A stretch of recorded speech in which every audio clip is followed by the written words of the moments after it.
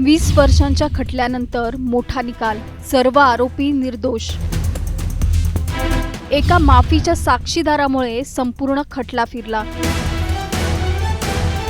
पारसमल जैन नक्की कोण आणि त्याच्यामुळेच आरोपी कसे सुटले? पवनराजे निंबाळकर हत्याकांड।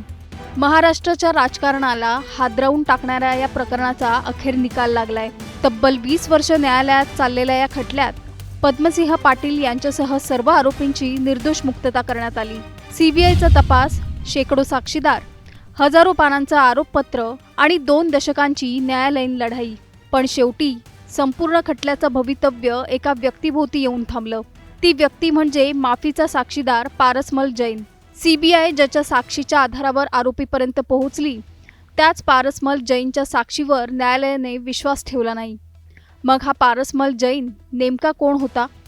त्याने काय सांगितलं होतं आणि त्याच्यामुळेच हा संपूर्ण खटला कसा फिरला? पाहूयात या सविस्तर रिपोर्टमधून। त्यासाठी हा व्हिडिओ शेवटपर्यंत पहा आणि टाइम्स नाऊ मराठीला लाईक, फॉलो आणि सबस्क्राईब करा।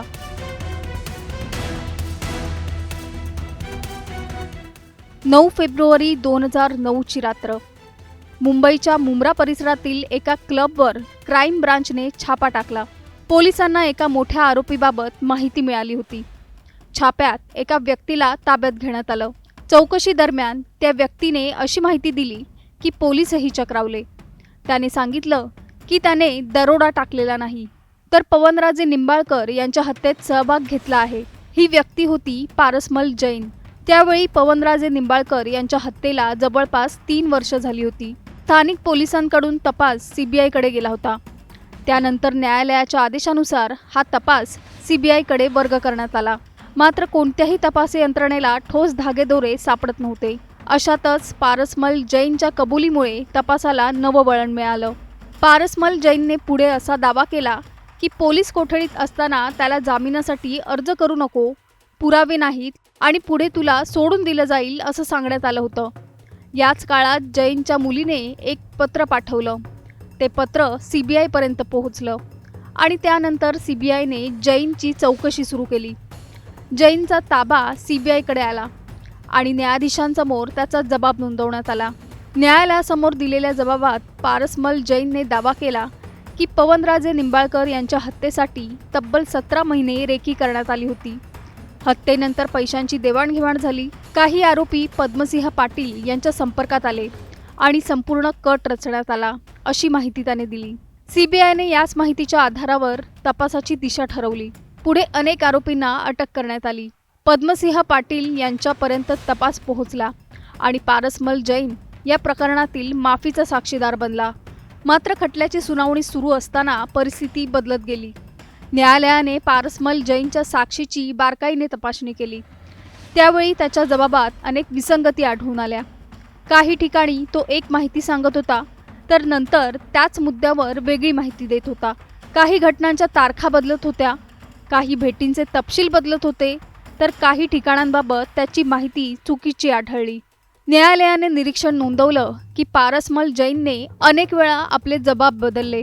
त्याला ताब्यात घेतल्याची तारीख आणि अटक दाखवलेली तारीख यामध्येही तफावत होती।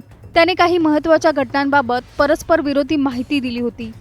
एवढंच नाही तर त्याने पद्मसिंह पाटील यांना मलबार हिल येथील बंगल्यावर भेटल्याचं सांगितलं, मात्र त्या संदर्भातही विसंगती आढळली। न्यायालयाने म्हटलं की माफीच्या साक्षीदाराची साक्ष स्वतंत्र आणि ठोस पुराव्यांनी सिद्ध होणं आवश्यक आहे। मात्र या प्रकरणात तसं झालं नाही। फौजदारी खटल्यात केवळ संशयाच्या आधारावर दोष सिद्ध करता येत नाही। न्यायालयाला भक्कम आणि विश्वासार्ह पुरावे अपेक्षित असतात। मात्र या प्रकरणात माफीच्या साक्षीदाराच्या साक्षीशिवाय इतर पुरावे दोष सिद्ध करण्यासाठी पुरेसे नसल्याचं न्यायालयाने नमूद केलं। त्यामुळे पारसमल जैनच्या साक्षीवर पूर्ण विश्वास ठेवणं शक्य नसल्याचं सांगत न्यायालयाने पद्मसिंह पाटील यांच्यासह सर्व आरोपींची निर्दोष मुक्तता केली। विशेष म्हणजे ज्या पारसमल जैनच्या कबुली जबाबामुळे सीबीआय या प्रकरणात आरोपीपर्यंत पोहोचली, ज्याच्या माहितीच्या आधारावर अटक सत्र सुरू झालं, त्याच पारसमल जैनच्या साक्षीवर शेवटी न्यायालयाने विश्वास ठेवला नाही आणि याच एका मुद्द्यामुळे संपूर्ण खटल्याचं चित्र बदललं। 20 वर्षांचा तपास, सीबीआयची चौकशी, शेकडो साक्षीदार आणि तरीही सर्व आरोपी निर्दोष। मग प्रश्न उरतो, जर माफीच्या साक्षीदाराची साक्ष विश्वासार्ह नव्हती तर इतकी वर्ष तपास कोणत्या आधारावर पुढे गेला? जर आरोपी निर्दोष असतील तर पवनराजे निंबाळकर यांच्या हत्येमागे नेमकं कोण होतं? इतक्या वर्षानंतरही या हत्याकांडाचं गूढ कायम आहे. आणि सर्वात महत्त्वाचं म्हणजे पवनराजे निंबाळकर यांच्या कुटुंबाला खरंच न्याय मिळाला का? या प्रश्नांची उत्तरं अजूनही अनुत्तरित आहेत. तुम्हाला काय वाटतं? तुमचं मत आम्हाला खाली कमेंट करून नक्की सांगा.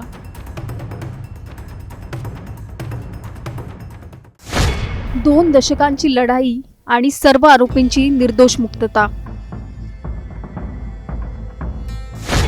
सीबीआय तपास, 127 साक्षीदार, तरीही दोषी कुणीच नाही.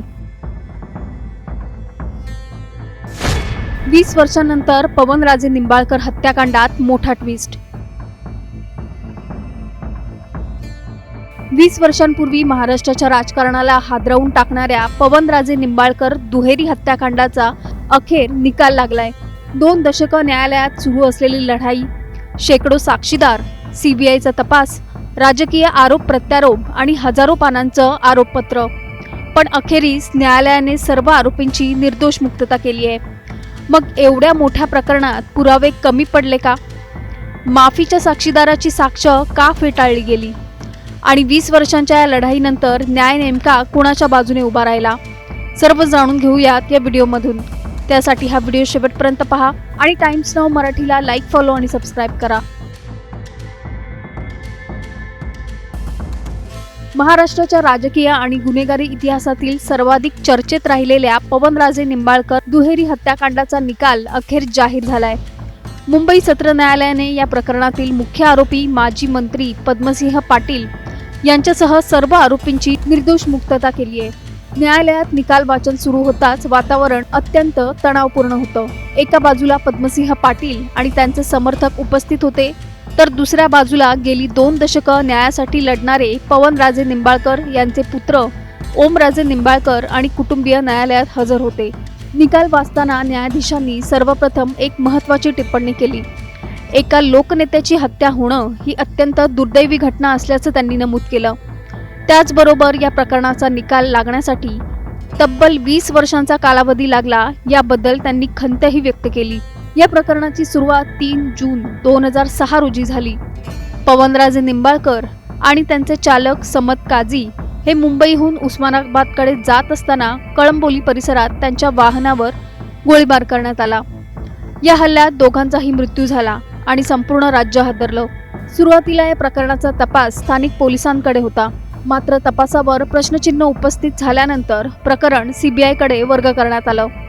सीबीआयने अनेक वर्ष तपास करून 127 साक्षीदारांचे जबाब नोंदवले. Call data record, ballistic report आणि इतर तांत्रिक पुरावे न्यायालयात सादर करण्यात आले. या संपूर्ण खटल्यात सर्वाधिक महत्त्वाचा मुद्दा होता तो माफीचा साक्षीदार ठरलेला पारसमल जैन.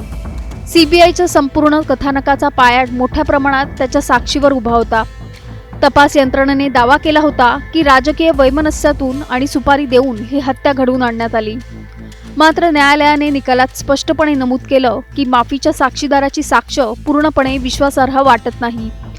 त्याच्या साक्षीला आवश्यक असलेली ठोस आणि स्वतंत्र पुष्टी न्यायालयासमोर सादर करण्यात आलेल्या पुराव्यातून मिळाली नाही. त्यामुळे केवळ त्या साक्षीच्या आधारावर दोष सिद्ध करणं शक्य नसल्याचं न्यायालयाने स्पष्ट केलं. या खटल्यादरम्यान अनेक तपास अधिकारी बदलले. सुनावण्यांमध्ये विलंब झाला. काही प्रक्रिया पुन्हा कराव्या लागल्या. त्यामुळे प्रकरण वर्षानुवर्ष लांबत गेलं. अखेर 2 दशकांनंतर या खटल्याचा शेवट न्यायालयाच्या निकालाने झालाय. दरम्यान पवनराजे निंबाळकर यांचे कुटुंबीय गेली 20 वर्ष न्यायासाठी संघर्ष करत होते.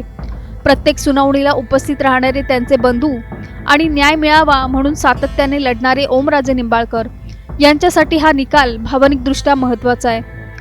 दुसरीकडे आरोपींच्या बाजूने हा निकाल मोठा दिलासा मानला जातोय. कारण 2 दशकांपासून सुरू असलेल्या या खटल्यात अखेरीस न्यायालयाने दोष सिद्ध न झाल्याचं नमूद करत सर्वांची निर्दोष मुक्तता केली आहे. 20 वर्षांचा तपास, 127 साक्षीदार, सीबीआय चौकशी आणि तरीही सर्व आरोपी निर्दोष. पण आता सर्वसामान्यांच्या मनात एकच प्रश्न घुमतोय. जर आरोपी निर्दोष असतील तर पवनराजे निंबाळकर आणि समत काझी यांची हत्या नेमकी कोणी केली? 20 वर्षांच्या प्रतीक्षेनंतरही या प्रकरणातील अनेक प्रश्न आजही अनुत्तरित राहिलेत. हा निकाल न्यायव्यवस्थेचा विजय मानायचा की तपासातील त्रुटींमुळे सत्य पुन्हा एकदा अंधारात गेलंय असं म्हणायचं? पवनराजे कुटुंबियांच्या न्यायाच्या लढ्याचं पुढे काय होणार? या निकालानंतर उच्च न्यायालय किंवा सर्वोच्च न्यायालयाचे दरवाजे ठोठावले जाणार का? आणि सर्वात मोठा प्रश्न, 20 वर्षानंतरही जर दोषी कोण हे सिद्ध झालं नाही तर पवनराजेंना खरंच न्याय मिळाला असं म्हणता येईल का? या निकालाबद्दल तुमचं मत काय? तुमचं मत आम्हाला खाली कमेंट करून नक्की सांगा आणि चॅनलला सबस्क्राईब करा.